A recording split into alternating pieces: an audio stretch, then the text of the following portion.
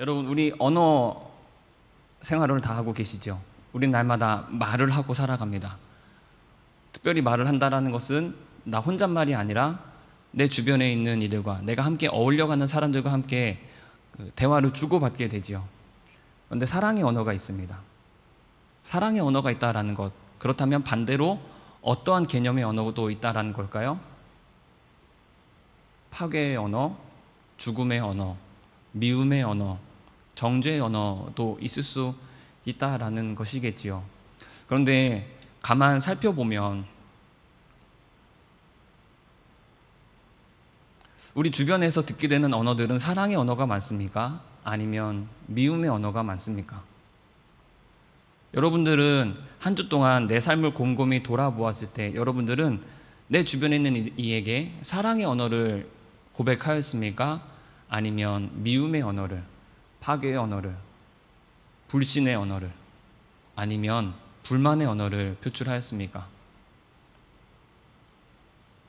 인터넷을 보면, 기사를 보면, 또 여러 언론을 보게 되면 우리 가운데 들려오는 언어들은 결국 다 사랑의 언어일까요? 아니면 파괴의 언어일까요?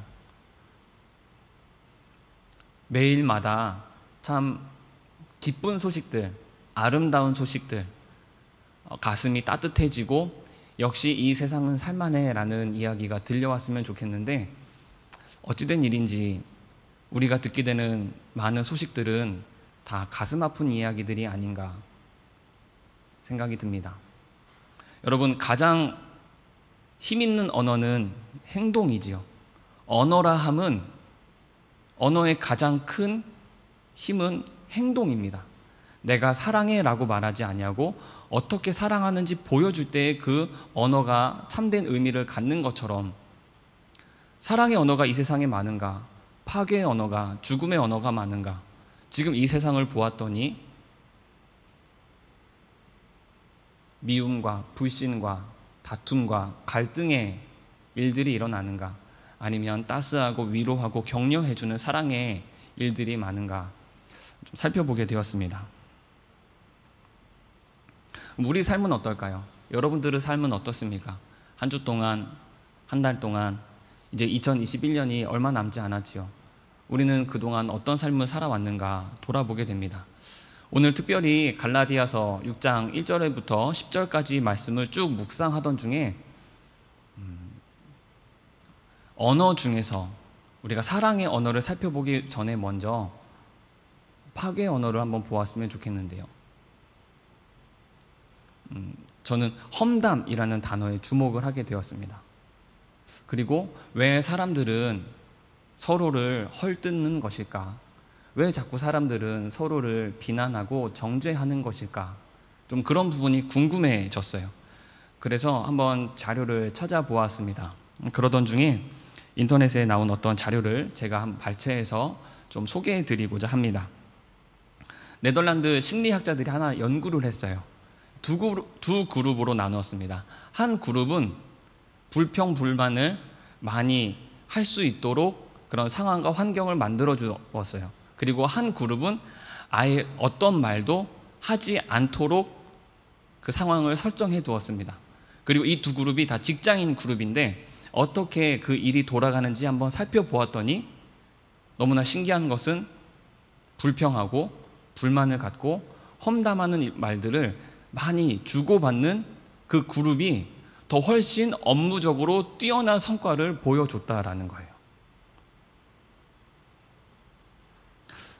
남의 험담을 하는 것이 어떤 타인에 대해 지적을 하고 그 부분에 흉을 보는 것이 우리 인간들에게는, 사람들에게는 스트레스와 불안을 줄여주는 세로토닌이 증가되기 때문이다라고 연구학자들이 밝혀주었습니다. 여러분, 우리 직장 생활하면서 학교 생활하면서 뭔가 마음에 안 드는 사람 있잖아요. 저 사람 왜 저래? 김 부장 왜 그래? 뭐 이런 여러 가지 이야기들을 우리가 하게 될 때가 있지 않습니까? 그런 말을 함으로써 카페에서 커피 한 잔 마시면서 밥 먹고 나서 그런 속내들을 이야기하면서 스트레스와 불안감이 해소가 되고 더 효율적인 업무를 수행할 수 있게 된다는 것이 참 재미있습니다. 그런데 험담을 하는 사람들의 심리는 무엇일까요? 당연히 나는 잘못된 것을 난 지금 이야기하고 있는 거야, 잘못된 부분을 지적하고 있는 거야 라고 생각할 수도 있어요. 당연히 올바른 비판은 우리에게 반드시 필요한 일입니다. 그런데 험담을 하는 사람들이 일단 그 사람을 깎아내림으로써 상대적으로 자신의 가치를 높이려는 욕구가 있다라는 거예요. 누군가를 흉봐요. 그 사람이 이러이러한 잘못을 했다라고 얘기해요. 그럼으로써 저절로 다른 사람을 낮추니까 가만히 있던 나는 가치가 올라가는 것이죠. 그리고 그것을 나 혼자만 갖고 있는 것이 아니라 다른 사람들과 함께 이야기를 나눈다라는 것은 그 사실을 재확인하고 싶은 거예요. 나만 그렇게 생각하는 거 아니지? 너도 그렇게 생각하지? 라고 하면서 우리 불안감을 해소시키는 것입니다. 심리적으로 안정을 취하는 것이죠. 이런 비슷한 심리 현상이 어디에서 볼 수 있느냐? 방글라데시 같은 굉장히 제3세계 개발도상국에 있는 사람들의 환경을 보면서 우리는 어떤 생각을 가집니까? 난 그래도 저런 나라에 태어나지 않아서 감사해. 나는 저런 끔찍한 내전이 펼쳐지는 시리아 같은 나라에서 태어나지 않은 게 참 감사해 라고 생각을 하곤 하지요. 근데 여러분, 방글라데시 사람들의 행복지수가 높습니까? 대한민국 사람들의 행복지수가 높습니까? 많이 들어보았죠? 우리는 그 사람들을 보면서 우리가 더 낫다라고 생각하는데 오히려 행복지수는 개발도상국에 살아가는 변변찮은 인프라가 없는 곳에 그 사람들의 행복지수가 더 높다라는 것, 우리에게 어떤 이야기를 주고 있는지 살펴보게 됩니다. 여러분, 사람은 좋은 평판을 받고 싶어 해요. 너 잘하고 있어. 너는 굉장히 우수한 인재야. 너는 참 필요한 사람이야 라는 말을 듣고 싶어 합니다. 그런데 사람들은 누군가에 대한 험담을 또한 즐겨해요. 이건 서로 맞지 않는 것이죠. 내가 험담을 하면은 당연히 나는 그런 평판을 받게 돼요. 저 사람은 누군가를 흉보는 사람, 누군가를 깎아내리는 사람, 이런 이야기를 듣게 될 텐데 나는 좋은 평판을 듣고 싶지만 또 때로는 누군가를 흉보고 싶어 합니다. 왜 그럴까요? 또 이 학자가 이야기를 해줍니다. 첫 번째로 열등감 때문이라는 거예요. 내 안에 상처가 있고 내 안에 아픔이 있어요. 나에게 숨기고 싶은 과거가 있습니다. 그런 열등감을 극복하기 위해서 다른 사람을 깎아내림으로써 나의 가치를 확인한다는 거예요. 이런 열등감은 무의식 중에 작용하기 때문에 때때로 잘 모르는 경우가 많습니다. 그런데 상대방이 나의 그 연약한 부분을, 나의 약점을, 단점을 건드린다면 나도 모르게 욱하고 터져 나오는 거죠.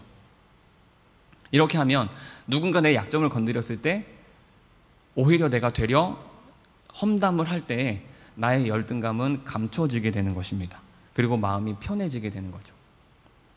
또한 상대방에 대해서 개인적으로 좋지 않은 감정이 있을 수가 있습니다. 사실 여기에 우리 많은 대부분의 사람들이 포함되지 않나 싶어요. 회사에서 고춧가루가 있잖아요. 질량 보존의 법칙이 있지 않습니까? 어느 회사, 어느 공동체를 가든지 나를 괴롭히고 나를 열받게 하는 사람은 어디에나 있잖아요. 그런 내가 공격을 받고 내가 어떤 부당한 대우를 받았을 때 당연히 험담을 하는 건 이거 너무나 자연스러운 일인데, 그런데 이 경우에도 중요한 부분은 무엇이냐? 그 사람이, 나를 공격한 그 사람이 나의 열등감을 건드리는 경우가 많다라는 것입니다. 별일 없이 그냥 아무렇지도 않은데 그저 흘러가면 되는 순간인데 뭔가 그냥 가만히 있는 저 사람이 너무나 얄미워요? 그렇다면 나를 돌아봐야 된다는 거예요. 혹시 저 사람이 나의 열등감을 건드린 것은 아닌가? 그리고 그와 내가 같은 문제점을 갖고 있기 때문에 사실 저 사람이 갖고 있는 문제가 내가 갖고 있는 문제라는 것이죠. 그래서 더 내가 그 사람을 바라보며 분노가 솟을 수 있다는 것입니다. 그런가 하면 또 불안감이 높은 사람들이 있어요. 자존감이 낮은 사람이라고도 할 수가 있습니다. 내 존재감이 사라질 것 같아요. 아무도 나를 인정해 주지 않는 것 같아요. 그래서 어떻게 합니까? 다른 사람을 깎아내립니다. 여포 중에 가장 유명한 여포는 누굽니까? 방구석 여포잖아요. 키보드 워리어잖아요. 집에서 아무도 보지 않는 은밀한 나의 공간에서 키보드를 두들기며 다른 사람을 험담하고 깎아내리는 악플러들이 있지 않습니까?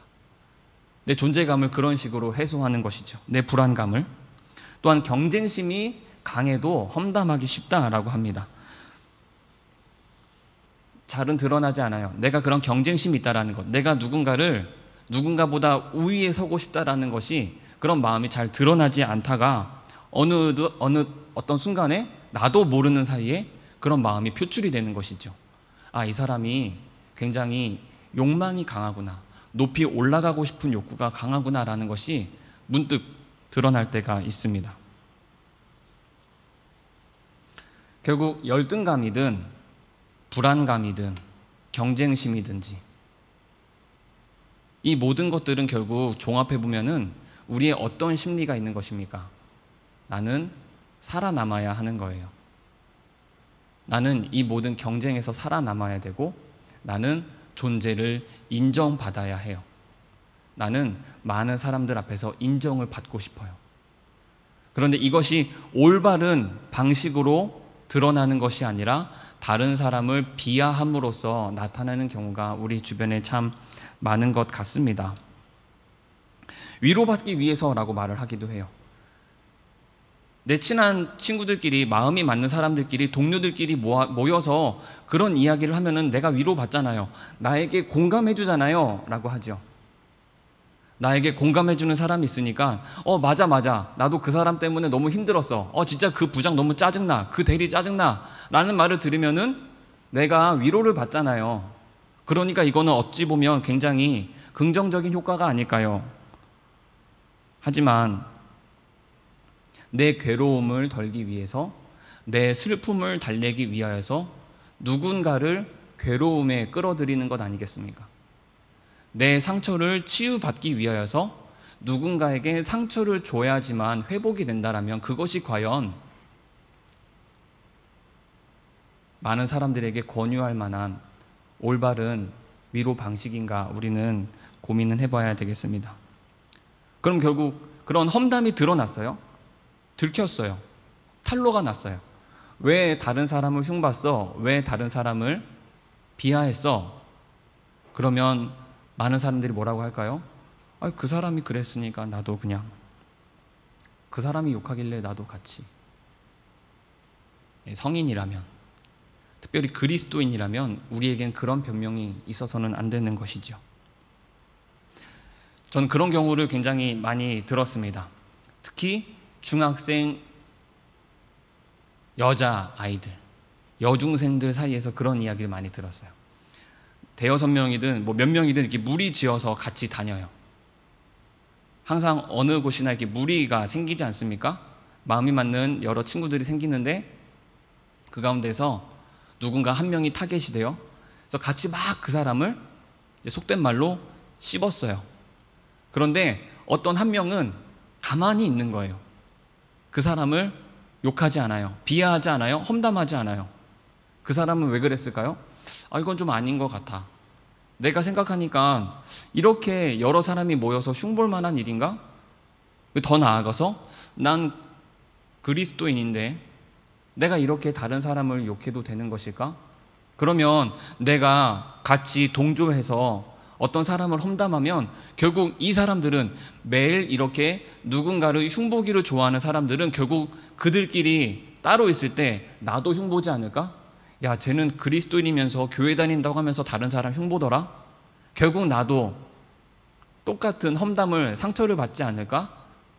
그래서 가만히 있는 것이죠. 그런데 가만히 있었더니, 같은 사람이 되기 싫어서, 누군가에게 상처를 주기 싫어서 가만히 있었더니, 그럼 그 무리의 분위기는 어떻게 됩니까? 야, 넌 왜 가만히 있어? 야, 넌 왜 나한테 공감해 주지 않아? 그걸 공감이라고 하죠. 왜 나를 위로해 주지 않아? 왜 나에게 공감해 주지 않아? 너 정말 내 친구 맞아? 더 공격의 수위가 올라가면 어떻게 됩니까? 야, 너만 잘났어? 너만 깨끗해? 재수 없어. 왕따가 되는 것이죠. 여러분, 제가 지금 말씀드린 이런 현상들이 소설 속에 나오는 이야기일까요? 아니면 우리 주변에서 너무나 쉽게 볼 수 있는 일들일까요?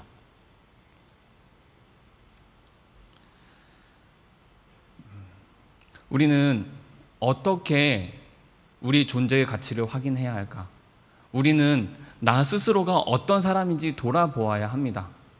여러분, 사랑의 언어는 무엇입니까? 사랑의 언어는 다른 사람을 하지만 그 사랑의 언어는 바로 나 자신을 살리는 것이에요. 우리는 살기 위하여서, 많은 사람들이 내가 살고자 다른 사람을 낮추면서 나의 가치를 올리려고 하지만 그것은 결국 본인 스스로를 죽이는 일이거든요.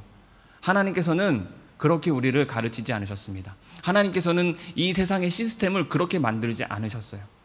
사랑의 언어로 서로를 격려하고 도와주고 아껴주고 사랑할 때에 다른 사람을 올려주고 다른 사람을 인정해줄 때 그것이 바로 나에게 돌아오게 된다라고.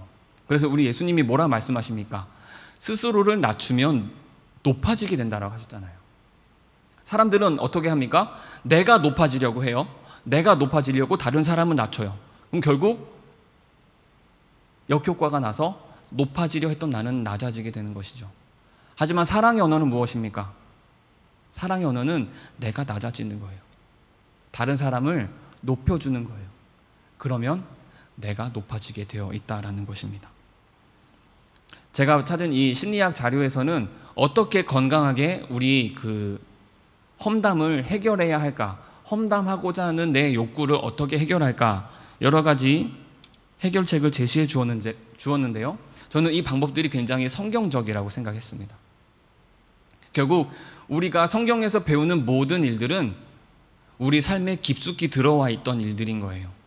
하나님께서 우리에게 말씀하시는 일들은 세상과 동떨어져 있던 것들이 아니라 결국에 하나님의 말씀대로 살아가는 것이 이 세상에서 살아가는 가장 지혜로운 일임을 오늘 말씀을 통해 알게 되었습니다. 같이 한번 본문을 차근차근 살펴보았으면 좋겠어요. 1절입니다. 1절에 형제들아, 사람이 만일 무슨 범죄한 일이 드러나거든 신령한 너희는 온유한 심령으로 그러한 자를 바로잡고 너 자신을 살펴보아 너도 시험을 받을까 두려워하라. 주변에 어떤 사람이 누군가가 잘못한 일이 있어요. 누군가 범죄하였어요. 누군가가 좀 문제를 불러일으켰어요. 그때 바울은 뭐라 말합니까? 신령한 너희는, 거룩한 너희는. 먼저 우리가 어떤 사람인지를 밝혀주고 있죠. 여러분, 우리는 어떤 사람들입니까?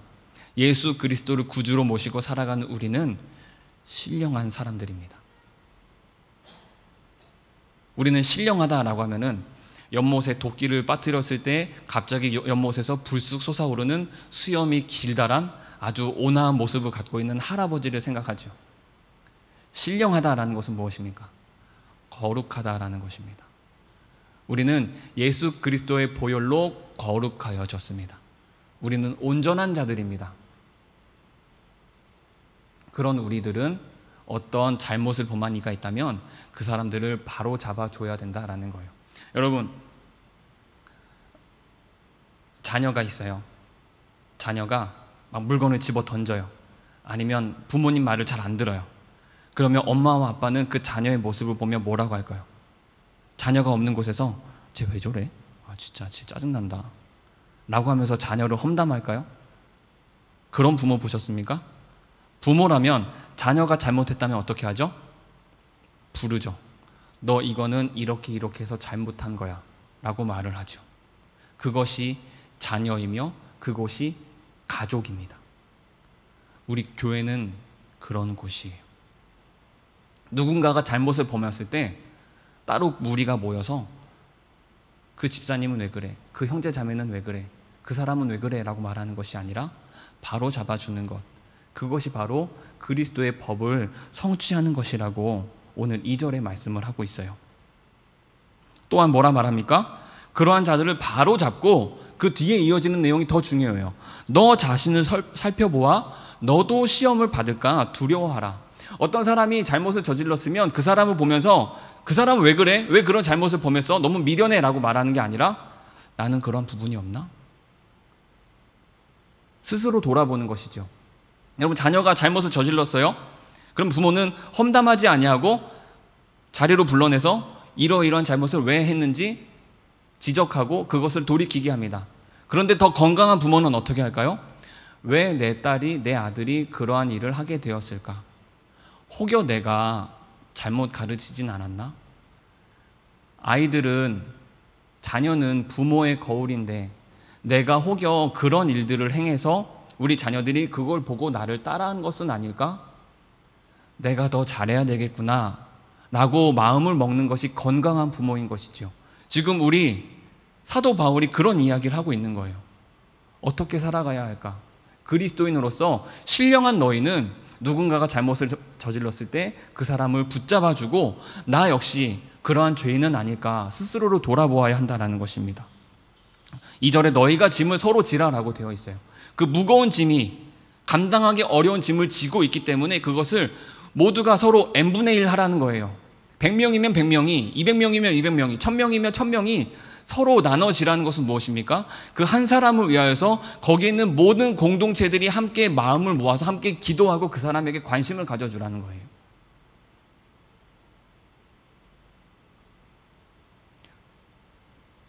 그것이 교회입니다. 3절입니다. 만일 누가 아무것도 되지 못하고 된 줄로 생각하면 스스로 속임이라. 이게 뭘까요? 이제 현준이라는 아이가 있습니다. 현준이는 열등감이 있어요. 그리고 상처와 아픔이 있어요. 그래서 아까 말했던 것처럼 스스로의 부족한 존재감을, 가치를 채우기 위해서 남을 깎아내려요. 그리고선 스스로가 만족감을 얻죠. 그런데 여러분, 그 현준이는 스스로의 문제가 해결이 되었습니까? 아무것도 해결된 것이 없어요. 다른 사람을 깎아내렸을 뿐 나의 문제는 해결된 것이 없어요. 그런데 스스로 내가 만족을 느껴요. 아, 좀 살 것 같다. 이제 뭔가 좀 된 것 같다. 나는 아무것도 변한 게 없는데. 지금 그 이야기를 하고 있는 것입니다. 아무것도 되지 못했으면서 된 줄로 생각하지 말라. 다른 사람을 깎아내리면서 스스로 만족감을 여기지 말라. 너는 변한 것이 아무것도 없지 않느냐. 스스로를 돌아보라. 스스로를 속이지 말라. 각각 4절입니다. 각각 자기의 일을 살피라. 그리하면 자랑할 것이 자기에게는 있어도 남에게는 있지 아니하리니. 다른 사람에게 떳떳하게 자랑할 것이 아무것도 없다라는 거예요. 스스로는 만족감을 느낄 수 있어요. 스스로에겐 자랑할 수 있어요. 아, 재밌다. 아, 기분 좋다. 상쾌하다. 아, 좀 속이 후련하다. 그런데 어느 누구에게도 나의 그런 해결 방식을 떳떳하게 자랑할 수가 없는 거예요. 그것이 올바른 해결 방법이 아니기 때문이죠. 그래서 각각 자기의 짐을 질 것이라. 아까는 서로 짐을 나누어 지라고 했습니다. 공동체 안에서 서로 짐을 나누어져서 서로 함께 회복하고 서로 위로하고 서로 사랑을 나누라고요. 하지만 반면에 내 짐은 내가 져야 된다는 것입니다. 내 짐, 내가 해결해야 할 나만의 문제는 내가 하나님 앞에 나아가서 하나님과 함께 말씀으로, 성령으로 해결해야 된다는 거예요. 스스로 속이지 말라. 7절입니다. 하나님은 업신여김을 받지 아니하시나니 사람이 무엇으로 심든지 그대로 거두리라. 아무것도 변한 것이 없는데, 그런데 내가 좀 누군가를 비하했다고 내 가치가 높아졌다고 착각한다면 하나님은 다 지켜보고 계시다라는 것입니다. 사람이 무엇으로 심든지 그대로 거둔다라고 말씀하고 있어요. 그래서 뭐랍니까? 9절, 10절 보도록 하겠습니다. 8절부터 보겠습니다. 자기의 육체를 위하여 심는 자는 육체로부터 썩어질 것을 거두고 성령을 위하여 심는 자는 성령으로부터 영생을 거두리라. 지난주에 말씀을 드렸습니다. 자기 자신만을 지독히 사랑하는 것은 그 모든 육체의 정욕을 따라 살아가는 것이라고 했어요. 성령을 따라 살아가는 삶은 무엇입니까? 여러분, 성령의 열매는 무엇이죠? 9가지 기억하십니까? 사랑과 희락과 화평과 오래 참음과 자비와 양선과 충성과 온유와 절제니 이 같은 것을 금지할 법이 없느니라. 그 9가지 열매는 결국엔 다 뭐라고 했어요? 사랑이라고 했습니다. 성령의 열매는 사랑이에요. 육체를 따라 살아가는 자는 자기 자신만을 지독히 사랑하는 사람은 썩어질 것을 거둔다라고 말씀합니다. 하지만 성령을 따라 사랑의 열매를 맺는 사람은 성령으로부터 영생을 거두리라. 사랑하고 살아가는 사람, 사람을 높여주고 다독여주고 위로하고 안아주고 감싸 안아주는 사람을 영생을 거둘 것이다. 하지만 나 자신만을 지독히 사랑함으로 누군가를 비하하고 정죄하고 헐뜯는 자는 결국 썩어질 것을 거두게 될 것이다 말씀하고 있습니다. 9절과 10절입니다. 우리가 선을 행하되 낙심하지 말지니 포기하지 아니하면 때가 이름에 거두리라.